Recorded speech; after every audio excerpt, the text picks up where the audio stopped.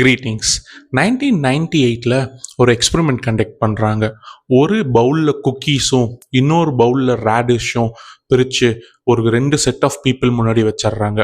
ஒரு set of பீப்புளுக்கு அந்த ரேடிஷ் மட்டும்தான் சாப்பிட்ணும், குக்கீஸ் சாப்பிடக்கூடாதுன்னு ஒரு இன்ஸ்ட்ரக்ஷன் கொடுக்குறாங்க.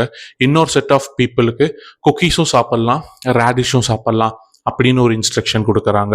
கொஞ்ச நேரத்துக்கு அப்புறம் அவங்க சாப்பிட்டு முடிச்சதுக்கப்புறம் 2 செட் ஆஃப் பீப்புளுக்கும் கம்ப்ளீட்டே பண்ண முடியாத ஒரு ஜிக்ஸா பசில் கொடுக்குறாங்க. அந்த குக்கீஸ் அண்ட் ரேடிஷ் ரெண்டும் சாப்பிட்ட பீப்புள் 18 மினிட்ஸ் எடுத்தப்புறம் அந்த பசிலில் கிவ் அப் பண்ணுறாங்க. பட் குக்கீஸ் சாப்பிடாம ரேடிஷ் மட்டுமே சாப்பிட்ட பீப்புள் வெறும் 8 மினிட்ஸில் அந்த பசிலை கிவ் அப் பண்ணிடுறாங்க. இதிலிருந்து அவங்க கன்க்ளூட் பண்ணது என்னன்னா, நம்ம ஹியூமன்ஸ்க்காக இருக்க செல்ஃப் கண்ட்ரோலுங்கிறது ஓவர் த டைம் டெப்ளீட் ஆகும். அது எப்பவுமே கன்சிஸ்டண்ட்டாக இருக்காது. Self control is more of a muscle. அதை நம்ம ட்ரெயின் பண்ணோம் அப்படிங்கிறத அவங்க கன்க்ளூட் பண்ணுறாங்க.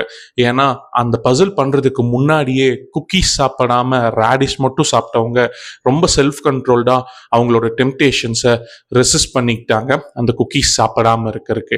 ஆமா ஃப்ரெண்ட்ஸ், நம்மளும் ஏதாச்சும் ஒரு ஹேபிட்ஸை ஆரம்பிக்கிறப்போ ஓவரா நம்ம இதை கிவ் அப் பண்றோம் அதை கிவ் அப் பண்றோம்னு ஒரு பெரிய லீப் எடுப்போம்.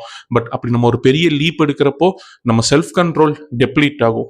எப்பவுமே ஒரு பெரிய ஜம்ப் எடுக்காம நம்ம சின்ன சின்ன மெஷரபிள் கோல்ஸா வச்சு அதை அச்சீவ் பண்ணிட்டே வந்தா நம்ம செல்ஃப் கண்ட்ரோல் மசிலும் ட்ரெயின் ஆகும். நம்ம ஈஸியா நம்ம பில்ட் பண்ண வேண்டிய ஹேபிட்டையும் பில்ட் பண்ணிடலாம். தேங்க்யூ.